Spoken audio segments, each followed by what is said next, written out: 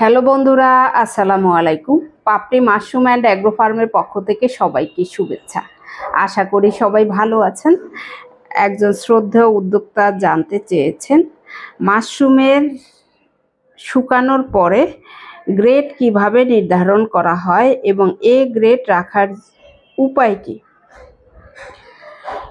A grade বোঝার উপায় একমাত্র হয়েছে কালার, অর্থাৎ মাশরুম শুকানোর পরে যখন সাদা থাকে তখন সেটা এ গ্রেড, যখন কিছুটা লালচে হয়ে যায় তখন সেটা বি গ্রেড, আর যখন একদম খয়েরি কালারের হয়ে থাকে অর্থাৎ গাঢ় কালার হয়ে থাকে তখন সেটা নিম্নমানের ধরা হয়ে থাকে। অর্থাৎ আপনি এ গ্রেড বা সাদা কালার রাখতে হলে আপনাকে অবশ্যই হারভেস্ট করার পরে সাথে সাথে শুকাতে দিতে হবে।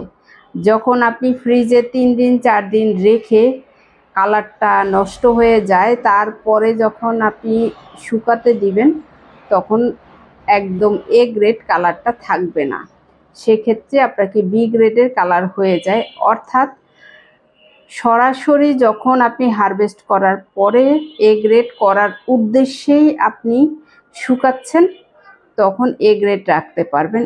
এছাড়া আপনার একদিন হলেও এতটা ইফেক্ট পড়ে না কালারের ক্ষেত্রে, কিন্তু অনেকেই আছেন যখন আর বিক্রি করতে পারছেন না তখন আমরা বলে থাকি যে আপনি সরাসরি রোদে না দিয়ে আপনি ফ্রিজ থেকে বের করে পানিটা ফ্যানের বাতাসে শুকিয়ে তারপরে রোদে দিবেন ছোট ছোট করে কেটে, তাহলে কালারটা ঠিক থাকবে।